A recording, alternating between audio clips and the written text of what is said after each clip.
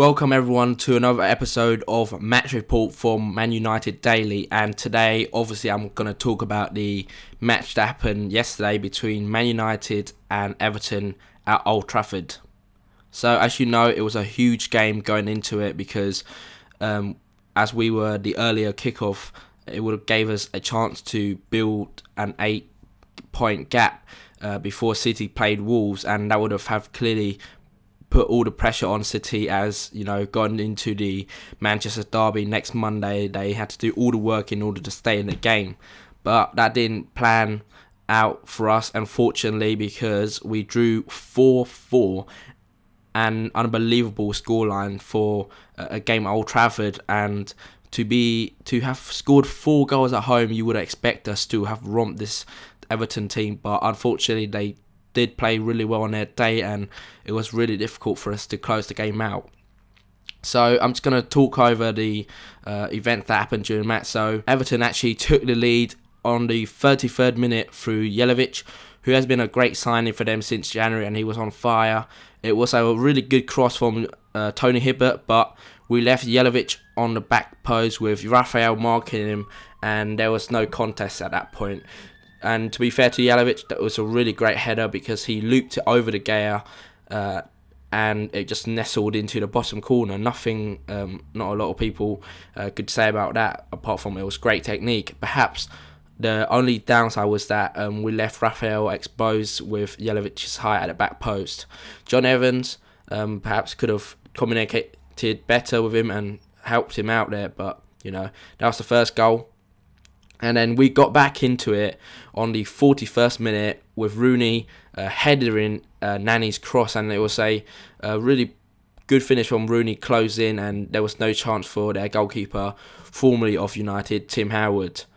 And then we took the lead up at the start of the second half through Danny Welbeck on the 57th minute.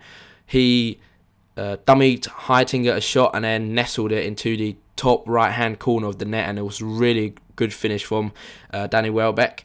And something I have to mention is the continued partnership between Welbeck and Rooney, and how that has really blossomed in the last few weeks, because they are combining together really well and have almost telepathic knowing of each other around a box, and it has really enhanced our attacking prowess in my opinion.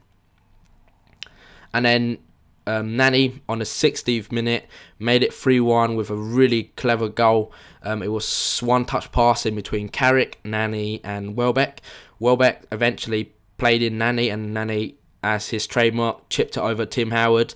And you know, at 3-1, everyone thought we were home and dry, but not so, because on the 67th minute, Marouane Fellaini scored a really good goal after, again, Tony Hibbert allowed to get the cross in. Perhaps there you go, another point that Patrice Evra could have closed him down, preventing the cross to go in the first place. But Fellaini followed it in, and De Gea, he got a hand to it, but unfortunately wasn't strong enough in order for it to go out. So that made it 3-2. So at that point, it did get a bit edgy, but that man again, Wayne Rooney, on the 69th minute, this is the goal that really summed up their partnership. Welbeck and Rooney, good interplay with each other, and Rooney finally finishing off. And at 4-2, and with 10 minutes to go, you would have thought that we were again home and dry and would have sealed all 3 points by now, and you know, made up a 8-point gap before City plays Wolves. But Everton, credit to them, on the 83rd minute, Jelavic again got into the defence, and great finish from him into the bottom left corner, leaving the hair again, no chance. Rafael perhaps could have done a bit better, and perhaps Johnny Evans again could have communicated better with Rio Ferdinand in the middle and would have marked him properly. And to sum it up, really, Steven Pienaar on 85th minute equalised off a really sloppy defending. So he just wandered into the box and just nudged it past De Gea. So you know, it ended up 4-4, and it was really disappointing because our forward play were really, really good, and you saw the attacking prowess that we had now possessing our team, and the continued partnership of Welbeck and Rooney really transformed us into a really great attacking side. But that didn't prove the case with Everton. Rio Ferdinand had a late chance, but it was greatly saved by Tim Howard with a right hand tipping it over from a volley. And that summed it all up really, because we had it on our hands and the destiny was in our hands. But unfortunately, if anyone watched last season, it was really looking like that, because last season, as you guys knew, it was really strange for us because we were conceding more goals in the later stages of the match, and that would have been our speciality, coming back from later on. And so that was really strange to see yesterday as well. And I have to say, it was the first game where I saw Johnny Evans and Rio Ferdinand back to their kind of like misfiring form at the beginning of the season, where Johnny Evans, he got dominated in the air by Moran Fellaini, and it was like not his usual self.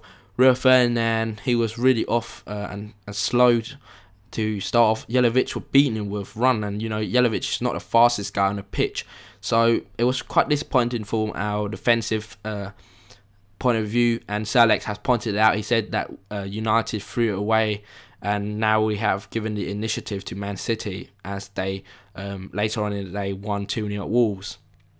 And overall, it was a really disappointing match because, like I said, we should have been home and dry by either at 3-1 or 4-2, and to let a 2-goal slip at home is, again, kind of like encapsulates our season really, and especially when we played in Europe, that has really proved the point that we are a bit sloppy when we're 2-0 up, and that shouldn't be the case at Manchester United.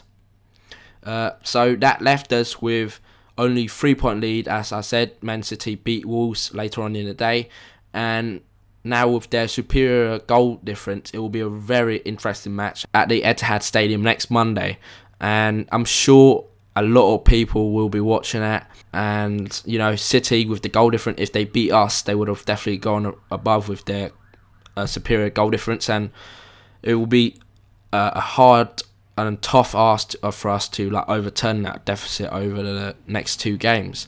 So everyone waiting with bated breath to the Etihad Stadium on Monday night. I hope you guys like this video. Please rate, comment and subscribe to this channel for more content like this.